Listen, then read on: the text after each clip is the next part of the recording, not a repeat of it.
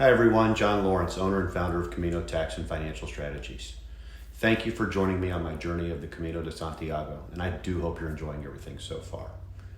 So today, we're walking on a 17-mile walk to a little town of La Rasonia, which is about 200 people. When we arrive, the albergue is full, but they have an adjunct facility across the street. A beautiful big room with 20 bunk beds. My German friend and I took a bunk bed, and began the daily cleanup routine of showering and rinsing out our clothes and letting them dry.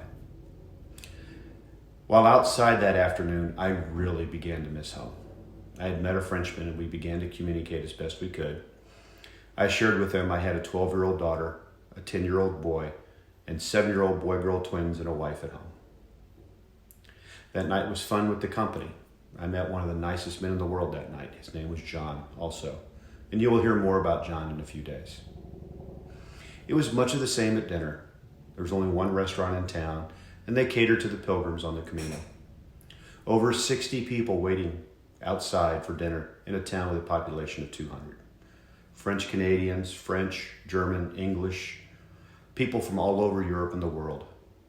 Funny, 8 years later, I still remember we had garlic soup that night for our first course. It was a fun night, and the next day we planned to walk the 13 miles to Pamplona. I went to bed with my family on my mind. Heavy heart and sadness were beginning to sink in, but being a stubborn guy, I couldn't let that show to anybody. The next day, as we walked into Pamplona, walking with the Germans paid off. When we arrived in Pamplona, the Brierley book mentions a number of albergues to stay. One even had beds stacked 3 high for optimal pilgrim sleeping. But the German confraternity had its own albergue. And because I was walking with the German crowd, we ended up getting a room there for the night.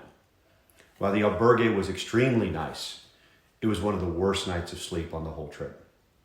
We'll get into more of that tomorrow, but for now, have a great day and make it special for you and someone else. John Lawrence, thanks.